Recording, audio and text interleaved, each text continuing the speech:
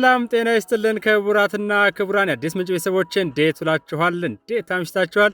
በያላችሁበት የከበረ ሰላምታችን ይድረሳችሁ። ዕለቱ መጋቢት 28 ቀን 2018 ነው።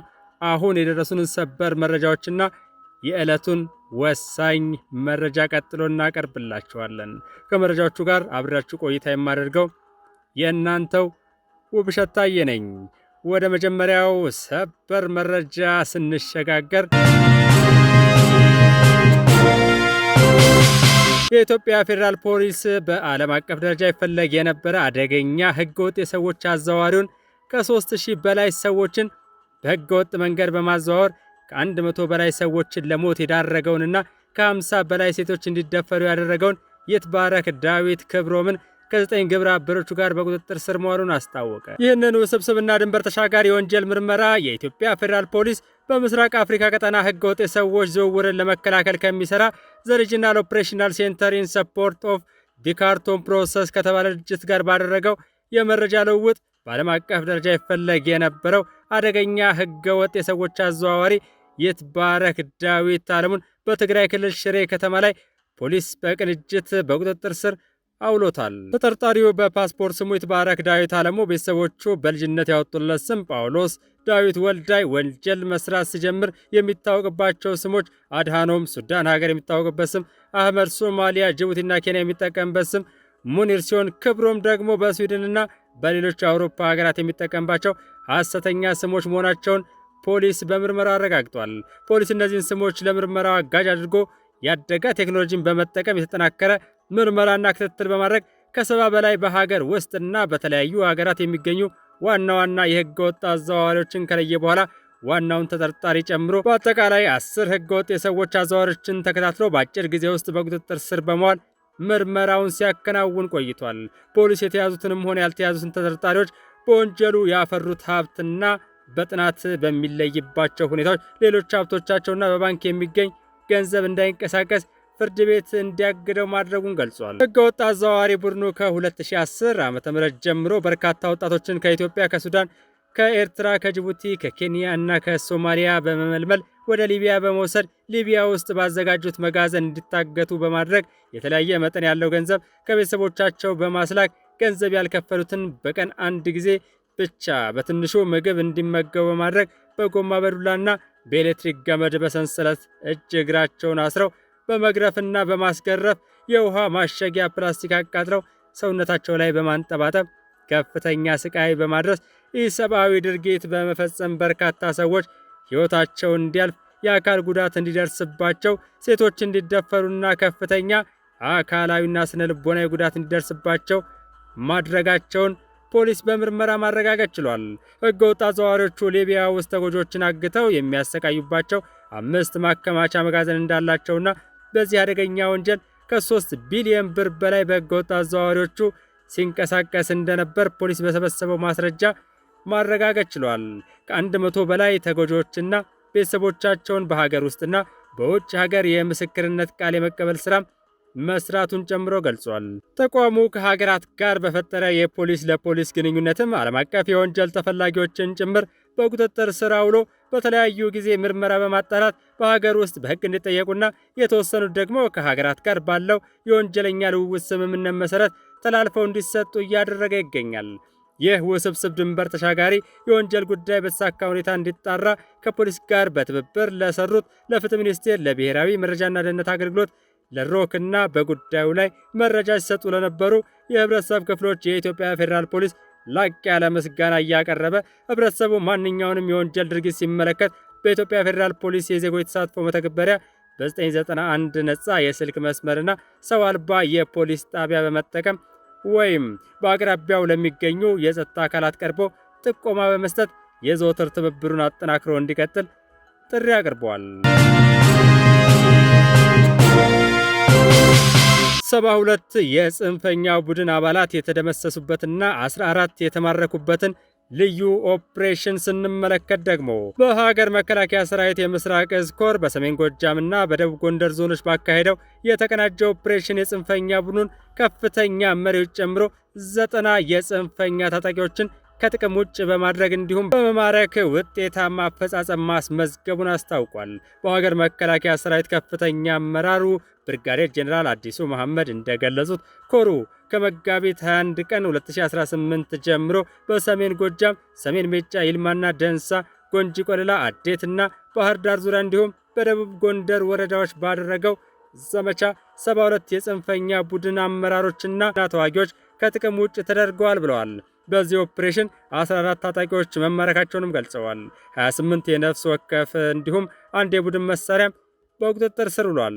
ጽንፈኛ ቡድን ገብቶባቸው የነበሩ ወረዳዎችንም ሙሉ በሙሉ መቆጣጠር ተችሏል። በተለይ መጋቢት 27 2018 በጎንጂ ቆለላና አዴት በነበረው ኦፕሬሽን ከጥቅም ውጭ ከተደረጉት መካከል ጽንፈኛው አዲስ ባደራጀው የ33ኛ ክፍለ ጦር ወታደራዊ አዛዥና የ102ኛ ኮር ዘመቻ መሪ ሻለቃ ሸዋነህ ሙልጌታ፣ የ33ኛ ክፍለ ጦር ልዩ ዘመቻ ኃላፊ 50 አለቃ ዘካሪያስና ይናገር ተገኝ የተባለ አመራር እንደሚገኙበት ለማወቅ ተችሏል። በተጨማሪም ስሙ ያልተጠቀሰ የክፍለ ጦር መረጃ ኃላፊ፣ የብርጌድ ሎጂስቲክ ኃላፊና ንብረት የተባሉ መሪዎቹም ከጥቅም ውጭ ተደርገዋል። ከሰሜን ወሎ የመጣው ታደለ፣ ከደቡብ ጎንደር የመጣው ማስሬና ከአማሬት የመጣው በቀለ ጌትነት በዚህ ኦፕሬሽን ከጥቅም ውጭ መደረጋቸውንም ገልጸዋል። በዘመቻው የቡድኑ ሐኪም ጌትነት ተፈራና የሎጂስቲክ ባለሙያው ሰው አለ ምን ይችል ተማርከዋል ነው ያሉት ኃላፊው። ባለፉት 7 ቀናት በተደረገ ኦፕሬሽን ከቋራ ተነስቶ አዴት ሊደርስ የነበረ 1344 ልዩ ልዩ ተተኳሽም ተይዟል። እንዲሁም ወደ ባህር ዳር ሊገባ የነበረ 1268 የመትረየስና 67 የድሽቃ ጥይት በወልገሳ አካባቢ በቁጥጥር ስር ውሏል። ጽንፈኛው ከህዝብ የዘረፋቸው 4 ተሽከርካሪዎችም ተመልሰዋል ነው ያሉት ኃላፊው። በደቡብ ጎንደር ዞን ስማዳ ወረዳና ወገዳ ከተማ ህዝብን ሲዘርፍ የነበረው ቡድን በድንገተኛ ኦፕሬሽን እንዲጸዳ ተደርጓል ብለዋል አዛዡ። በዚህም ማህበረሰቡ በሰላም በመንቀሳቀስ የመንግስት አገልግሎቶችን ማግኘት እንዲችል መደረጉን ብርጋዴር ጄኔራል አዲሱ መሐመድ አረጋግጠዋል። አዛዡ አክለውም የሀገርን ሉዓላዊነት ለማስከበርና የውስጥ ተላላኪ ባንዳዎችን ሴራ ለማክሸፍ ኮሩ ተልዕኮውን አጠናክሮ እንደሚቀጥል አስታውቀዋል። ክቡራትና ክቡራን አሁን ደግሞ የአፋብን ከፍተኛ አመራሮች የነበሩትና የሰላሙን አማራጭ ተቀብለው በመግባት ለህዝባቸው አጋርነታቸውን ያሳዩት በቀጣይነት የምናስደምጣችሁ 2 አመራሮች ያስተላለፉትን እጅግ መራር ሀቅ አብረን እንከታተል። የሚባለው ብዙ ጊዜ ከወያኔ ወረራ ካደረገች ጊዜ ጀምሮ ከትጥቅ ትግሉ ጋር ቀርበናል ማለት ነው። በተለያየ ምክንያት ቀርበናል። በኋላ ከፕሪቶሪያ ስምምነት ነው አብዛኞቹ ነገሮች የሚቀዱት። ያን ከማስፈጸም አኳያ የነበሩትን ቁርጠኝነቶች እናይ ነበር። እኛ እንደ ፖለቲካ ጥያቄዎች የምናነሳቸው ነበሩ። ከዚያ በተጨማሪ ደግሞ የልዩ ኃይል የፈረሰበት መንገድ አብዛኛው ወደ እንትን የከተተን ወደ ትጥቅ ትግል ምርጫ እንዲሆን በተለይ ያን ጊዜ በክልሉም ሲራገብ የነበረው የመረጃ ፍሰት ታርጌት የተደረገው አማራ ክልል ብቻ እንደሆነ የአማራ ክልል ልዩ ኃይል ብቻ እንደነበርና እንግዲህ በዚያ ጦርነት ውስጥ ደግሞ አማራን በአማራ ኤሊት ላይ በአማራ ህዝብ ላይ ሂሳብ እናወራርዳለን እየተባለ ሲወረር ከሀገር መከላከያ ጎን ከፍተኛ አስተዋጽኦ ያደረገው ልዩ ኃይል ነበር። ያ ስሜት በሁላችንም ልብ አለ። ይሄ ሰራዊት ይሄ ልዩ ኃይል እንዴት ነው ያለ አግባብ ሊበተን የሚችለው የሚለው አንድ ጥያቄ ነበር። የዋሉ ያደረጁ ሌሎች ጥያቄዎች እንዳሉ ሆነው በጣም ኢሚዲየት የሆነውን ኮዝ ነው ማነሳው ማለት ነው። ሌላው ደግሞ እዚህ ትጥቅ ከመፍታት ካለመፍታት ጋር ተያይዞ የፕሪቶሪያው ስምምነት ሳይፈጸም ወያኔ ትጥቅ ሳይፈታ አማራ ትጥቅ ፈታ ማለት ነገ ዳግም ላለመወረሩ ማረጋገጫ የለንም የሚሉ በጊዜው ትንሽ የፖለቲካ ውሳኔ ብቻ ሊጠይቁ የሚችሉ ግን ብዙ ዋጋ ያስከፈሉን ትሮች ናቸው ማለት ነው ወደዚህ ውሳኔ ያስገቡን። ከዚያ በኋላ ያለው ደግሞ ወደዚህ ወደ የሰላም ስምምነቱን እንደ አፋድ እንደ ድርጅት ነው ያስኬድ ነው። ረጅም ጊዜ አየን ገመገምን። የሚያስከፍለውን ዋጋ በአንድ ሀገር ውስጥ አሸናፊም ተሸናፊም የለም። ህዝብ ነው ዋጋ የሚከፍለው፣ ሀገር ናት የምትጎዳው። ከመንግስት ጋር ሰላማዊ ንግግር ድርድር ማድረግ፣ ጥያቄዎቻችን የፖለቲካ ጥያቄዎቻችን ማስመለስ፣ ሀገራችን ደግሞ በጋራ ማልማት ይኖርብናል የሚል ውሳኔ ከተወሰነ ውሎ አድሯል። እንግዲህ በመሀል በተለያየ ጥቅማ ጥቅም በውጭና በውስጥ ኃይሎች የሚገዙ የድርጅት አመራር የነበሩ ሰዎችም ጭምር አንዳንዶቹ ደግሞ ግንዛቤውን በትክክል መውሰድ ያልቻሉት የዚህ ስምምነት አካል ሳይሆኑ ቀርተዋል። አሁንም በጥፋት መንገድ ነው ያሉት።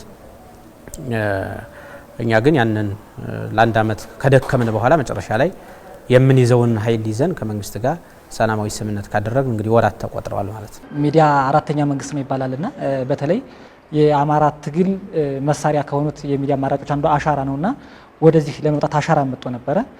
ያለፉትን 4-5 አመታት አሻራ በሰሜን ጦርነት አብሮ ግንባር ላይ ከሀገር መከላከያ ሰራዊትና ከፌዴሪ መንግስት እንዲሁም ከክልሉ መንግስት ጎን በመቆም ትግል ሜዳ ድረስ በመሄድ ሲዘግብ ቆይቷልና ከመጀመሪያው እስከ መጨረሻው እናውቀዋለን። የነበረውን የትግሉ አነሳስ ምን ነበረ፣ አሁን ሀዲዱን የሳተበት ምንድነው የሚለውን ነገር እንደ አንድ ጋዜጠኛ እንደ ሚዲያ ሰው እዛው ከአመራሮቹም የነሱን አላማም ግባቸውም ምን እንደሆነ ጠንቅቄ አውቅ ስለነበር ያ ነገር ለኔ ስለጎረበጠኝ አንዳንድ ሀሳቦችን አቀርብ ነበር ለአመራሮቹ። ዜን በጊዜው አንድ እንደ ሚዲያ ሰው የራሴን አማራጭ ሚዲያ ጉልበት አለው፣ ለመጥፎ ከተጠቀምበት ሀገር ያፈርሳል፣ ለጥሩ ከተጠቀምበት ግን ሀገር ያድናል በሚል ፕሮፌሰር ኢያሱ እንደተናገረው አንድ ሰሞን ነው የገባ ነው። እኔም የአፋድ የስምምነት አካል ሆኜ ወደዚህ መጥቻለሁና ያን ነገር እንስፈረው ከሚል ነበረ። በጊዜው የነበረው ነገር ጥሩ ነው፣ ምክንያቱም ሰላም ባንዴ አይመጣም። እነዚህ የሰላም ጭላንጭሎች አሁን ካሉ ቀስ በቀስ እዛ የቀሩት ወንድሞቻችን ይመጣሉ በሚል ነው ወደዚህ የመጣሁት።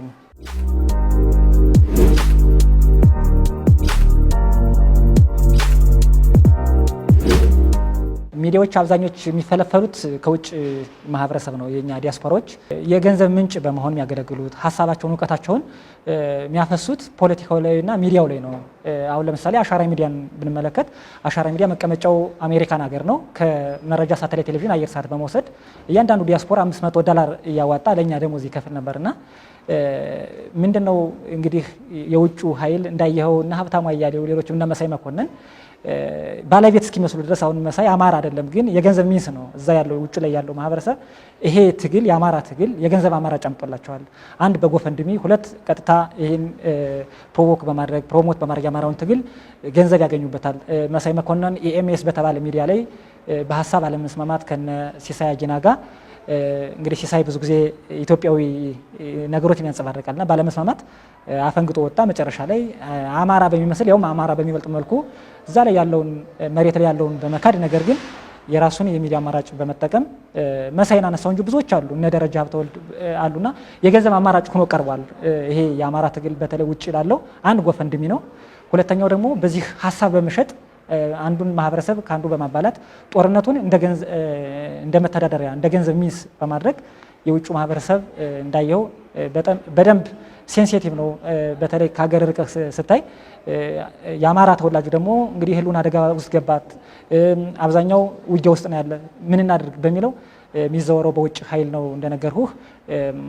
አብዛኛው የሚዲያውም ሀሳብ የሚመጣው ከውጭ ስለሆነ ከሀገር ውስጥ ያሉት በተለይ የኛ ተወላጆች ከክልሉ ውጭ የሚሆን ከክልሉ ውስጥ ያሉት ሀሳባቸውን እንዳይሸጡ በተለይም ደግሞ በሰላማዊ ትግል ሀሳባቸውን አቅርበው ሀሳብ እንዳይሸጡ የውጩ የዲያስፖራው ተጽዕኖ አንዱ ማሳያ ነውና ሚዲያውም ያንጸባርቅ የነበረው የውጩን የዲያስፖራውና የኤሊቱን ሀሳብ ነው።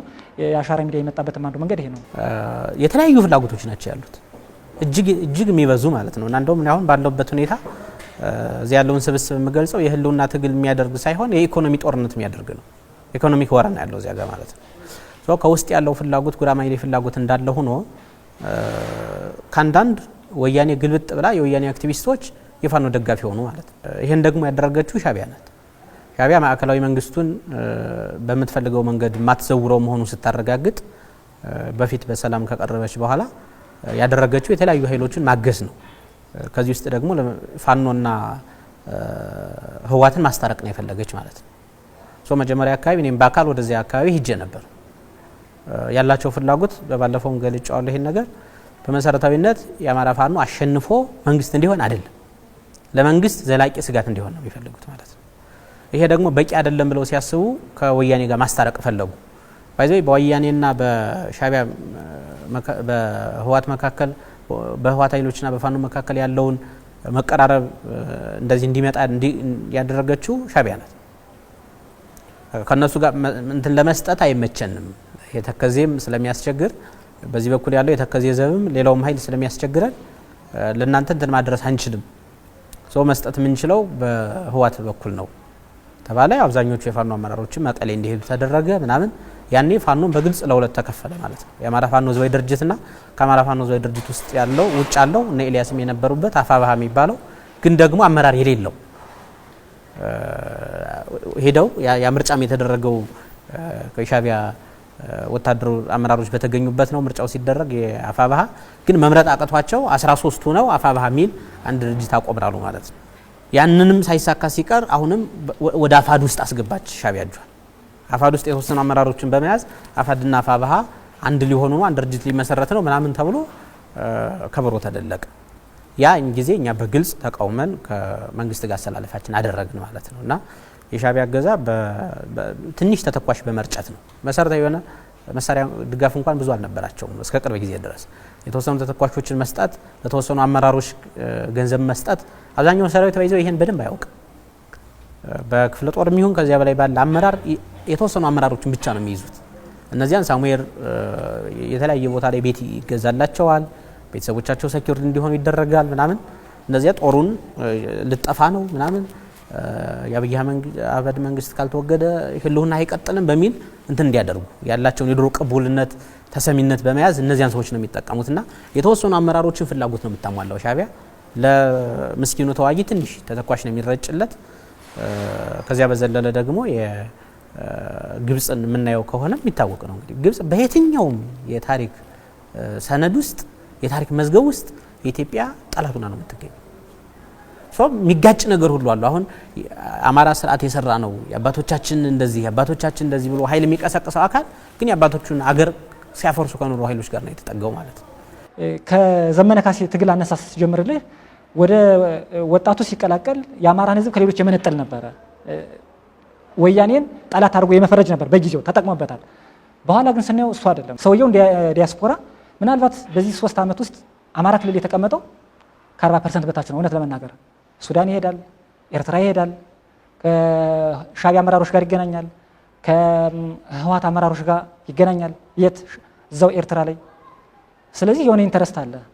አንድ አማራን ብሎ ለወጣ ሰው መሪ ራሱ መስዋዕት ሆኖ የአማራን ጥያቄ ፊት ላይ ሆኖ ግንባሩ ለጥይት ሰጥቶ ይታገላል እንጂ እንደ ዲያስፖራ እየተመላለሰ የአማራን ህዝብ ጥቅም አሳልፎ የሚሸጥ አላየሁም። እና በቂ ማሳያዎች አሉ ነው። ሁለተኛው እንዳየኸው ትውልድ የሚቀርጹ መምህራን ይገደላሉ በየቦታው። በተለይ በየት በጎጃም ምድር ይሄ ይብሳል። ተወልዶ ባደገበት በሜጫ ወረዳ በተለይ ገርጨጭና መራዊ ዙሪያ መምህራን ተገለዋል፣ ተረሽነዋል፣ ግንባራቸውን ተብለዋል። ለምን? እንግዲህ ያለፉትን የኢትዮጵያ የትግል ዓመታት እናያለን ከነ የሀፓ ጀምሮ የነበረውን ታሪክና ያኑ እየተደገመ ያለ ይሄ ያሻግራል ወይ? የአማራን ህዝብ ጥያቄ ይመልሳል ወይ? ዘላቂ ሰላም ያመጣል ወይ ካልክ አይሆንም። ወንድሙን የበላ አይተህ ከሆነ ንብረት ይቃጠላል። ለምሳሌ የህዝብ ንብረት ነው አይደል? አንድ ተሽከርካሪ ከተገኘ ሊገለገል ብቻ ነው። አምቡላንስ በዓለም አቀፍ የተከለከለ ነው። አምቡላንስ ሲቃጠል ታያለህ። ደብረታቦርን በቅርቡ የተደረገውን ነገር አይተሃል አይደል? ከተማና ወደ ሟት ነው የወጡ። የማን አጀንዳ ነው? እውነት አማራ ለሆነ ሰው ይሄ ለውጥ ያመጣል ወይ? ጥያቄውስ ይሄ ነበር ወይ የሚለው ነገር ስታይ የውጭ ኃይሎች አጀንዳ የነሱን ሀሳብ ተሸካሚ መሆኑን የምታየው ከዚህ ላይ ነው። ትናንት አይተሃል እንግዲህ በሐሙስ የተደረገውን በጋይንት የተደረገውን እንዴ ፖሊስን ብታይ እኮ ፖሊስ ህዝብ ጠባቂ ነው አይደለ? ፖሊስን በመግደል መንግስት መሆን እኮ አይቻልም። ለጊዜው ጉዳት ሊያመጡ ይችላሉ። ካነሳሳቸው እስከ መጨረሻው እስካለው አነሳሳችን ሁላችንም አማራነት ብለን ነበር። ሀዲዱን ስቷል። ይሄ እኛን አይገልጽም ብለን እነ ካፕቴንም እነ ኮሎኔል እነ ፕሮፌሰር እያሱም እኔንም ጨምሮ ብዙዎች እየመጣ ነው። የአማራን ዘላቂ ሰላም በዚህ መንገድ አይደለም በሰላማዊ አማራጭ እናመጣለን በሚል ነውና አሁን ያለው አካሄድ ትንሽ አደገኛ ነው። ይሄም ምንም አያሳምነኝም። ወደ ትግል ከመጣውበት ወደዚህ ወደ ሰላም አማራጭ ከመጣውበትም ብዙ ጥያቄዎች ስለነበሩ ነው ሜዳው ላይ በህዝቡ ላይ የሚፈጸመው ጭካኔ ቅድም ኤልያስም ካነሳቸው ስነሳ ያልታገተ ብር ያልከፈለ ትንሽ እንኳን ሀብት ያለው ሰው አለ ወይ ነው? የለም እኮ ባህር ዳር ላይ የለም፣ ጎንደር ላይ ወልዲያ ላይ ያልተደረገበት ቦታ የለም።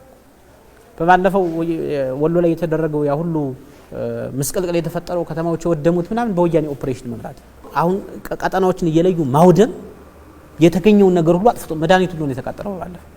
ይሄን ሌላ ኃይል አድርጎታል ወይ? ይሄ ሴቶች መደፈር ምናምን ሌላውን ነገር እንተው፣ ዝም ብለን ውስጡን ለቄስ እንደሚባለው እንተውና በማህበረሰቡ ላይ በኢኮኖሚ ያልተደረገ ነገር የለም። አንድ እናት ከሆነ ቀበሌ ተነስታ ሌላ ወረዳ ሄዳ የአምቡላንስ አገልግሎት አግኝታ መውለድ አትችልም። የሆነች እናት አምቡላንስ ሊወስድ ቢመጣ ይቀማል ወይ ይቃጠላል። ይሄን ማን ሲያደርገው? ይሄ በእኛ አማራ በሚባለው ኃይል ሲደረግ እንዴት ቅዱስ ሊሆን ይችላል? ይሄ ሁሉ የሚደረገው ስለምንድን ነው? ለምን እነሰዎች አብዛኞቹ 4 ኪሎ ከተወሰኑት የስልጣን ስግብግብነት ካላቸው ውጭ 4 ኪሎ እንደማይገቡ አዲስ አበባ እንደማይመጡ ያውቁታል። ኢኮኖሚውን በማውደምም የውስጥ ጭፍጨፋ በማድረስም መምራን እኮ የተረሸኑበት እኮ ትግል ተደርጎ እኮ አይታወቅም። ይሄ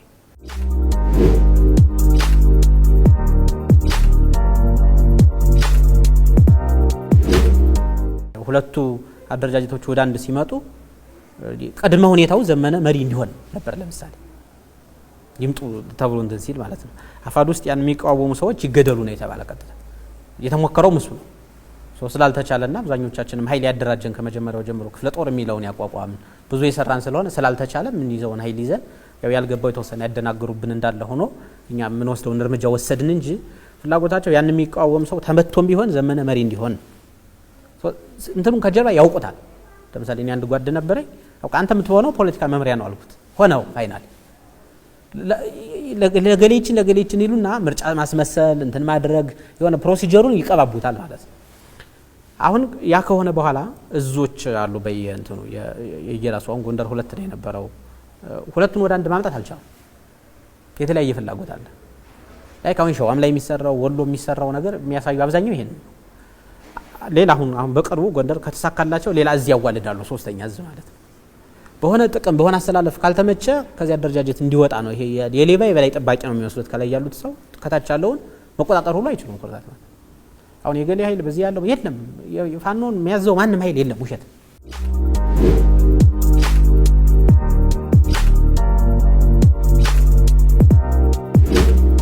አብዛኛው በፖለቲካ ትግልም አሁን ካብንም ከሌሎቹም ጀምሮ በአማራ ትግል ሲደረግ በኢትዮጵያ አንድነት ድርድር የለንም ነው ሲባል የመጣው። እኛ የምናውቀው እሱ ነው። ፋኖ ውስጥም ይዘነው የገባ ነው። መንግስት ጋር ጥያቄ አለን። ጥያቄያችን በሰላማዊ መንገድ ሊመልስ አልቻለም። እየታገልን ነው። በኢትዮጵያዊነታችን ግን አንደራደርም ነበር የአብዛኛው አመለካከት። አሁን ይሄን ይሽጠውታል እነሱ። በምን ሳጋ አብረው ሊሆን ይችላሉ? አሁን ኢማጂን ደብረጽዮን፣ ጀዋር፣ ኢሳያስ፣ ዘመነና እዚህ ፋኖ ውስጥ ያለው ብዙም የአስተሳሰብ ጨቅላነት ውስጥ ያሉት የጎበዝ አለቃ የነበሩ ሰዎች በምን አስተሳሰብ ነው አገር የሚያቆሙት? እውነት ለመናገር አሁን አገሪቱን ለማቆም እኮ ተቀዳሚው ነገር ቢያንስ ከመከላከያ ሰራዊት ጎን ከፌደራል መንግስቱ ጋር ሆኖ ጥያቄዎቹን ማስተካከል እንደው በአገር ሉዓላዊነት የማይደራደር ኃይል የመጀመሪያ የሚያደርገው ይሄን ነው። እውነት ለመናገር የፈለገ ቢከፈው የፈለገው አሁን እኛ እኮ ዋጋ ሳንከፍል ምናምን ቀርተን እኮ አይደለም። ብዙ ነገር አጠናል፣ ብዙ ነገር አሳጥተናል እኮ አይደለ ስንቆይ። ግን አሁን ላለው ይሄ ጂኦፖለቲክሱንም ስናየው ኢትዮጵያ እንደ ሀገር እንድትቆም ማን ነው ያለው ኃይል? ይብዛም ይነዝም የፌደራል መንግስቱ አቅምና ሙሉ የመከላከያ ሰራዊት አቅም ነው ያለው። ከዚህ ጎን ሳይቆም የቱ ነው ሀገሪቱን እንትን የሚያደርጋት? አሁን የሆነ ማፍረስ ነው የሚችለው። ባይዘይ ይሄ ኃይል የሚችለው ማፍረስ ነው። የሆነ ወረዳ አፍርሶ ወረዳ አመራር ሹም ብትለው አይችልም። በዚህ እርግጠኛ ነኝ ስለምናገር ነው። የሆነ ወረዳ አመራር የወረዳ ካቢኔ አሟልቶ አያስቀምጥም። እንዴት ነው ዞን የሚያስተዳድረው? እንዴት ነው ክልል የሚያስተዳድረው? እንዴት ነው ሀገር እንትን የሚያደርገው? እና የሀገር እሳቢያቸው አባቶቻችን አለ የምንለው የሀገር ስሜት ፈጽሞ በተቃራኒ ነው ያሉት እነዚህ ሰዎች። እኔ ለሀገር አይደለም ለአማራ የሚቆረቆሩ አይደለም። ምርጫ እንዳየኸው የብልጽግና ፓርቲ በመላው አማራ ክልል የእሱን እንትን ያስተዋወቀ ነበር። ሌሎችም ብልጽግና ሳይሆን ሌሎች ተፎካካሪ ፓርቲዎችም ምንድን ያለ አስረስ ማረን ታውቀዋለና እንግዲህ ጠበቃ ነው፣ የህግ ሰው ነው። በአማራ ክልል ምርጫ መርጣለሁ አስመርጣለሁ የሚል ካለ ግንባሩን እመታለሁ አለ። በጣም የእውነት አስቄ ነው። እንግዲህ ይህን ሀሳብ ትራንስሌት ተደርጎ ወደ እንግሊዝኛ ተተርጉሞ ፋኖ አሸባሪ ነው የሚለውን ነገር አንዱ ማሟያ ነው። አንስተውታል። ይሄ ነው ሀሳባቸው። በትክክል ገልጿቸዋል። ግንባሩን እንመታለን እንዴ! አንተ የተማረን መተህ፣ አንተ ምሁርን መተህ፣ አንተ ነርስን፣ አንተ መምህርን መተህ እንዴት ሀገር ልታሳልፍ ትችላለህ? የአማራን ጥያቄስ እንዴት ልትመልስ ትችላለህ? እና ሀሳባቸው የቀነጨረ ነው፣ የትም አይደርስም።